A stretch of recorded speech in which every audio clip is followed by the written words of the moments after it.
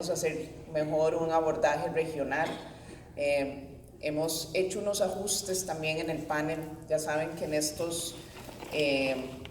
este tipo de eventos, la COP con mucha más dimensión, pero esta haciendo una reunión preparatoria para la COP tiene también algunas de esas complejidades, especialmente las autoridades, y en este caso el ministro Rodríguez y también la ministra Schmidt, pues andan de un sitio a otro y con una serie de bilaterales y demás. Entonces, en el caso del ministro Rodríguez, va a aparecer en algún momento, le daremos la palabra, dará una reflexión rápida y se tiene que retirar. En el caso de la ministra Schmidt, no estoy muy segura si también va a ser la misma dinámica, ya veremos. Entonces, lo que sí tenemos es a dos ministras de lujo compartiendo con nosotros y permanentemente durante el panel, a la ministra Teresa Rivera y a la ministra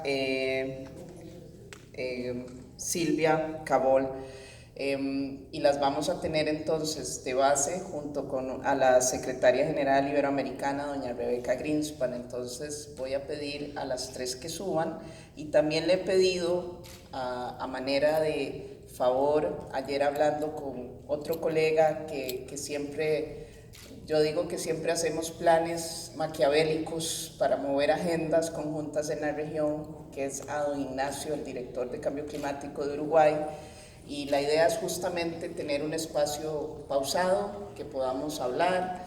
Es una hora injusta, son las 8 de la madrugada para muchos, así que creo que conforme vayamos iniciando el diálogo va a ser más sencilla y va a ir calentando más la sala. También la idea de hoy del panel es que tengamos después una dinámica de intercambio con el público. Si ven algún dato, si ven algún elemento, tomen nota, y al final del panel vamos a abrir el espacio para preguntas y respuestas. Entonces les voy a pedir a nuestros panelistas de hoy que por favor suban aquí al escenario, que nos sentemos, estemos cómodos para iniciar ya lo que sería esta charla.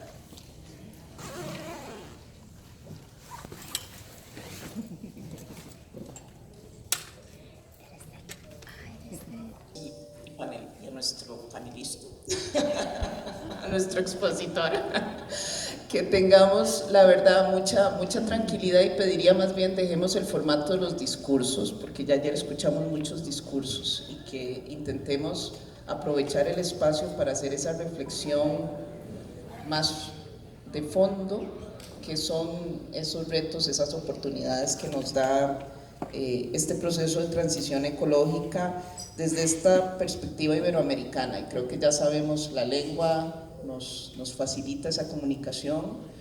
Hay una historia de fondo que nos facilita también una dinámica de cooperación, y creo que al final, cuando estamos en muchas de las reuniones, escuchamos que los retos son similares en varias de las áreas. Por supuesto, estamos hablando de países distintos, pero a veces compartimos retos equivalentes y similares desde la visión de la política pública, y creo que ese es un poco los espacios que nos ayudan entonces a profundizar cómo podemos ayudarnos en ese enfoque iberoamericano. Con Nacho siempre decimos que envidiamos mucho a los africanos, que se mueven mucho como región, y lo decimos con envidia de la buena, en el sentido de que en muchos de los foros, y especialmente en el espacio climático, van con proyectos regionales de mucha escala, muy potentes, en posiciones políticas, se mueven siempre con mucha fuerza, y curiosamente en Latinoamérica no siempre logramos esa visión más integrada, y queremos muchas veces buscar esos espacios de articulación. Entonces, yo le pediría primero a nuestra secretaria, doña Rebeca, que tal vez haga una reflexión inicial de 5 minutos de ese espacio iberoamericano y qué puede hacer la Secretaría, entonces, para empezar a generar vínculos, visiones de trabajo conjunto, dado el contexto en el que estamos de esta transición energética y ecológica. Muchísimas gracias. Muchos saludos de verdad a las dos ministras maravillosas, además, ambas, a Ignacio y a ti. Muchas gracias por recibirnos, por estar con nosotros y a todos ustedes. Voy a empezar por decir que la primera vez que aparece realmente una declaración de una cumbre iberoamericana el tema de ambiente es en el 2003. Desde el 2003, sistemáticamente, el tema de ambiente, de sostenibilidad, de recursos naturales ha aparecido en las cumbres iberoamericanas reiteradamente. Pero ha sido hasta este último periodo en que hemos decidido entrar como actores digamos, menos declarativos, sino más proactivos en el tema de ambiente y de construir alguna capacidad para ello.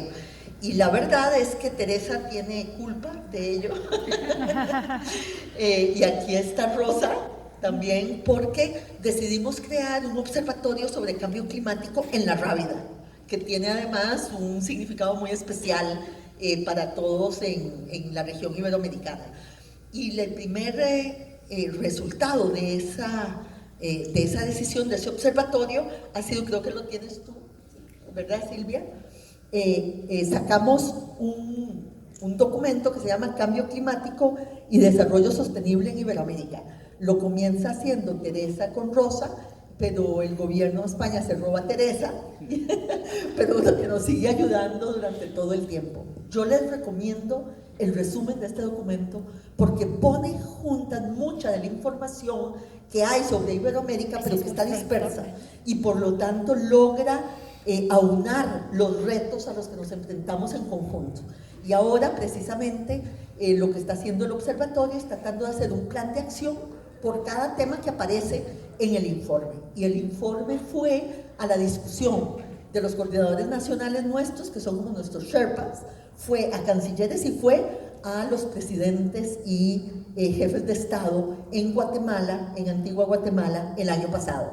Y probablemente dos cosas importantísimas que salen de esa cumbre. Una es que volvemos a poner el tema al más alto nivel, digamos, en la región, y la apuesta tanto por el desarrollo sostenible, por renovar el compromiso con los objetivos de desarrollo sostenible y con el multilateralismo, que a mí me parece que es un elemento esencial para la agenda de la que estamos hablando todos acá. Este cuatrimestre va a ser un cuatrimestre clave en la agenda climática en Iberoamérica. Bueno, primero tuvimos la cumbre climática en Nueva York, yo supongo que algunos de ustedes hablarán de eso. Luego aquí, la Precop en Costa Rica. También tendremos la reunión de la Red Iberoamericana de Oficinas de Cambio Climático en Andorra, y supongo que la ministra se referirá a ello.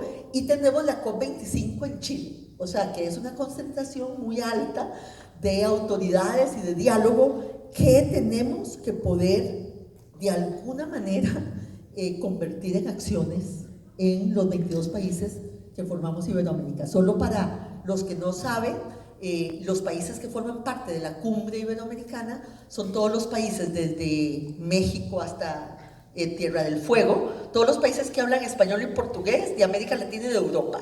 Incluye 2 caribeños, que son República Dominicana y Cuba, y 3 iberos, que son España, Portugal y Andorra. Mi segundo punto rápido y mensaje es que celebramos mucho los temas impulsados por Costa Rica y por Chile. Todo el tema de las soluciones basadas en recursos naturales y el tema de Chile, de los gobiernos locales y de los océanos, nos parece fundamental para la agenda. Y ahí yo creo que nosotros tenemos varias cosas que ofrecer. En el tema de los recursos naturales, soluciones basadas en recursos naturales, yo quiero hacer mucho hincapié en que el tema de mitigación, de alguna manera, ha ensombrecido, si se quiere, ocultado un poco el tema de adaptación. Y para los países en desarrollo, el tema de adaptación es un tema fundamental. Y cuando hablamos con todos los países en desarrollo y vemos cuánto es el financiamiento, lo que se dedica a las soluciones basadas en la naturaleza o de adaptación, estamos hablando solo del 2% del financiamiento total que está yendo para este tema. O sea que no hay ninguna duda que se está abriendo una brecha importante en el tema de adaptación y de la combinación de las agendas, que es tal vez mi segundo punto. O sea, si vemos solo cambio climático por un lado y vemos el deterioro de los ecosistemas o de la biodiversidad o el tema de servicios ambientales o de las cuencas o del agua por separado, lo que vamos a tener es una competencia de agendas y no una coordinación de agendas.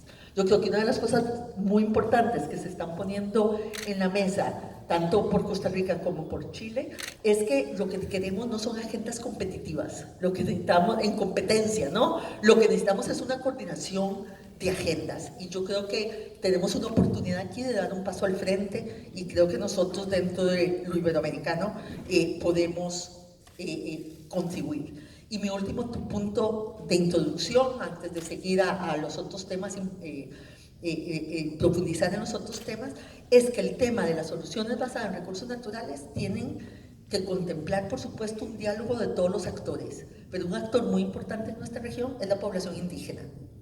Y aquí tenemos una representación precisamente del Fondo Indígena de América Latina, que fue una de las primeras cosas que salió de una cumbre iberoamericana, y a mí me parece que como en ese diálogo multinivel y multiactor que tenemos que generar, tenemos que considerar muy seriamente la voz de los pueblos indígenas en la solución, en la búsqueda de soluciones basadas en los recursos naturales y en los océanos. Gracias. Muchísimas gracias. Yo creo que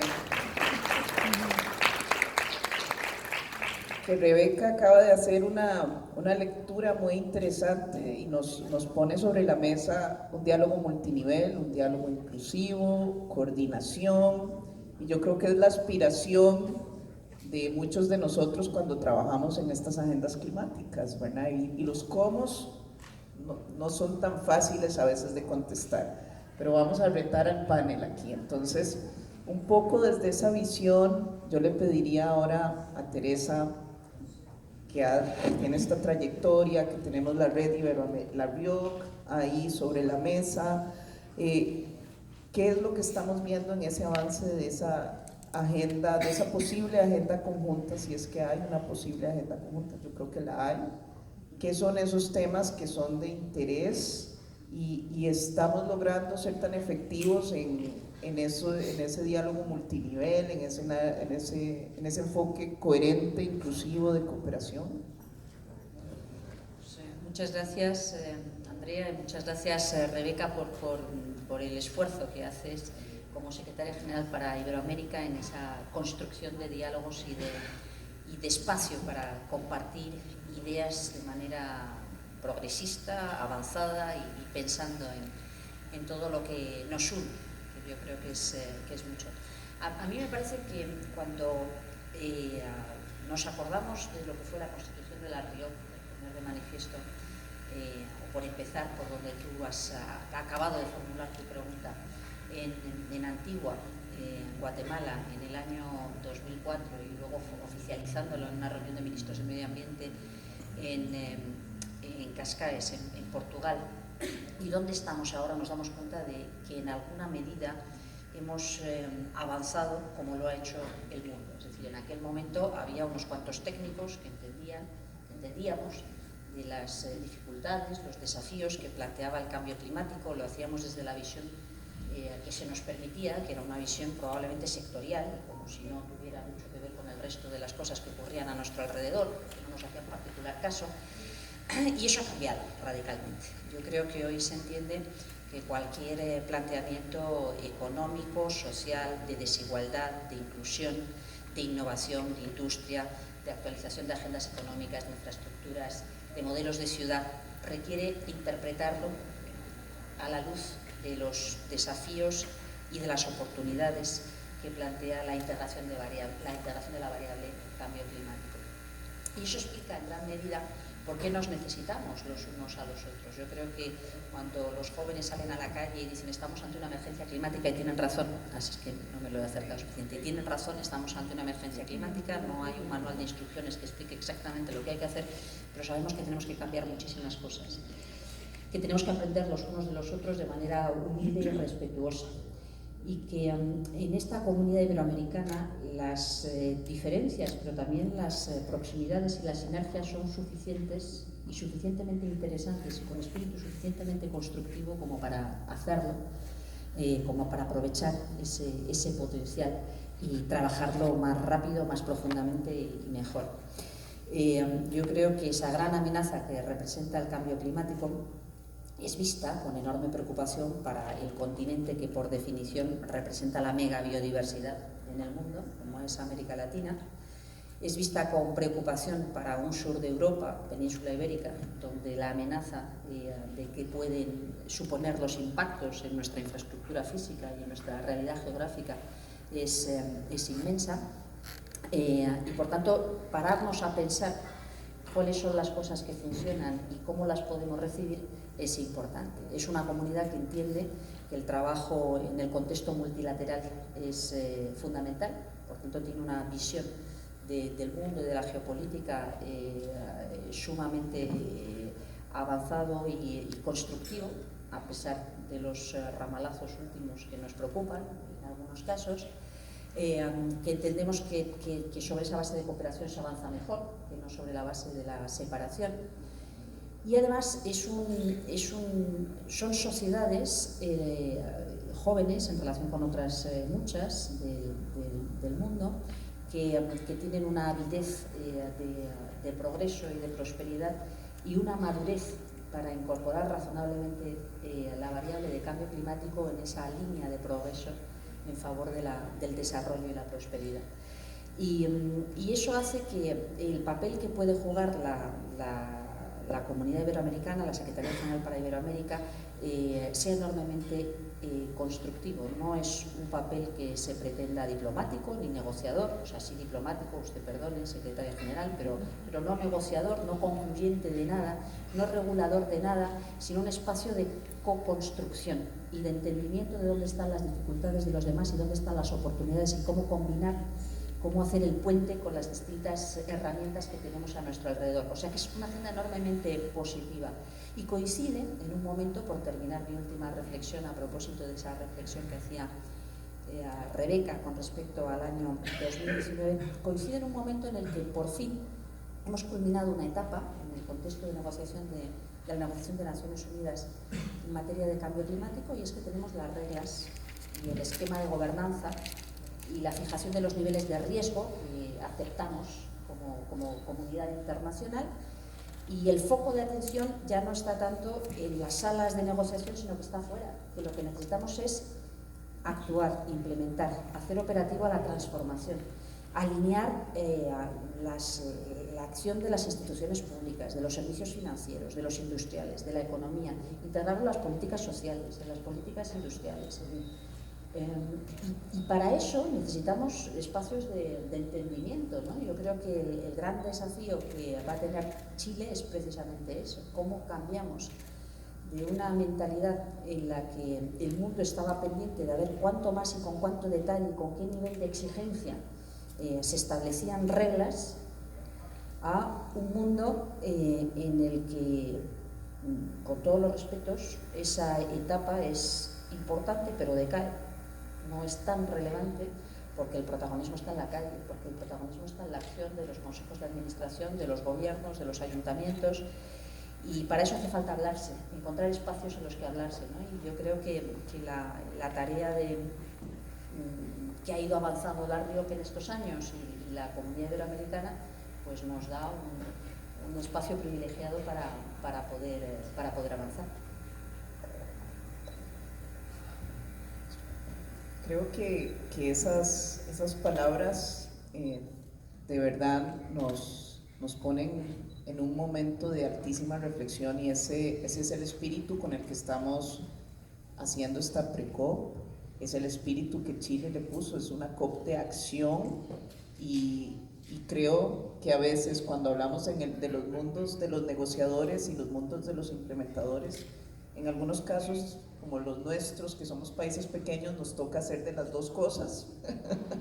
Y eso tiene sus virtudes y sus retos, pero lo cierto es que a veces uno ve que el mundo de las salas de negociación es un mundo que parece irreal en muchas cosas, ¿no? Y porque no hablamos de los elementos prácticos de esos retos y de cómo hacer efectivas esas transformaciones. En este lado de la mesa yo le pediría entonces a Ignacio que desde esa visión práctica, ¿no? de esa comunidad iberoamericana, ¿qué son entonces esas agendas que nos llevan a acelerar la acción y la implementación?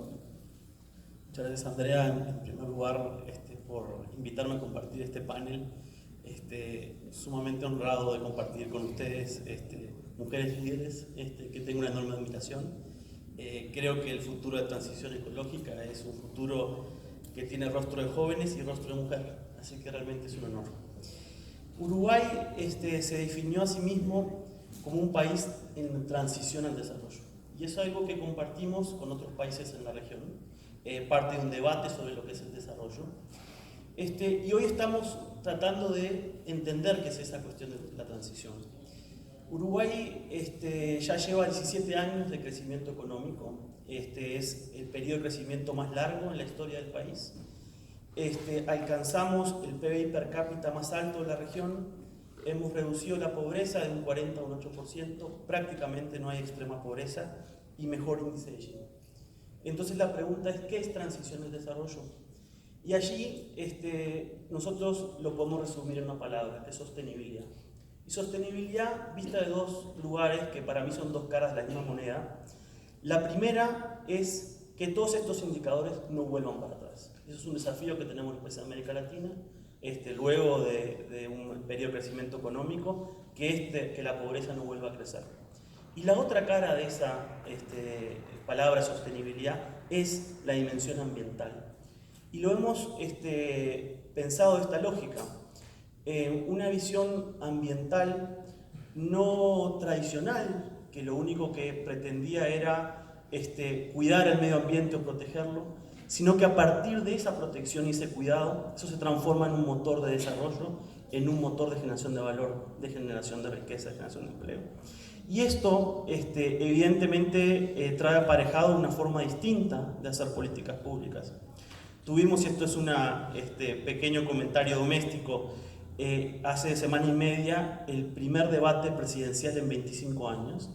Un país que somos amantes de la democracia, pero donde nuestros líderes políticos tenían un poco de duda de exponerse a un debate.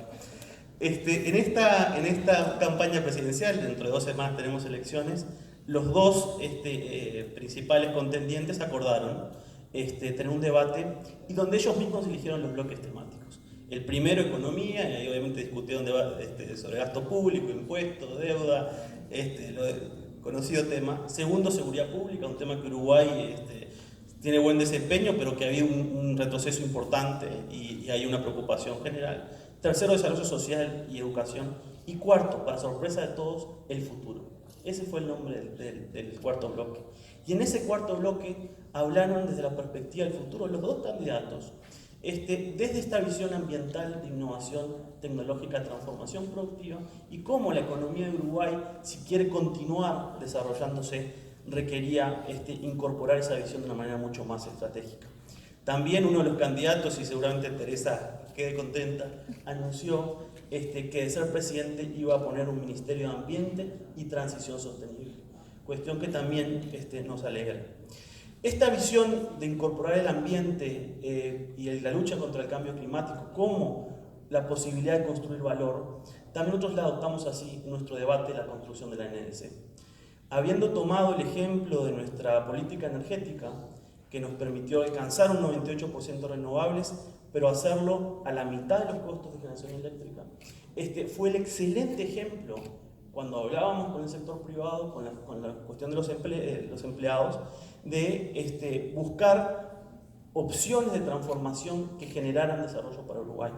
Y esta lógica del ganar-ganar, y me permito traer las palabras de un investigador argentino en políticas públicas, el doctor Ryan, que hizo un análisis de las políticas climáticas de la región, y él decía, estas políticas climáticas tienen la capacidad de ser más robustas en transiciones de gobierno, en cambios de gobierno, ¿Por qué? Porque están ancladas en esta idea del desarrollo de la creación de valor.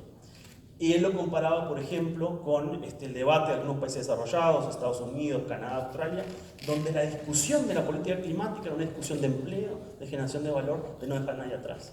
Entonces él decía, América Latina naturalmente está encontrando unas claves para que lo que está en la ANS realmente le sirva al desarrollo y también de alguna manera se mantenga más constante. Así que yo creo que hay una lección de la región, una lección fuerte, muy potente, y creo que también el caso del debate en Europa, creo que también va por ahí. Creo que esa alianza, esa visión puede dar lecciones a estos otros países que están un poco perdidos en esta lucha, que necesariamente no tiene que dejar a nadie atrás. Muchísimas gracias, Ignacio, y yo siempre me siento muy identificada con Uruguay y por eso es que en la sala siempre busco Ignacio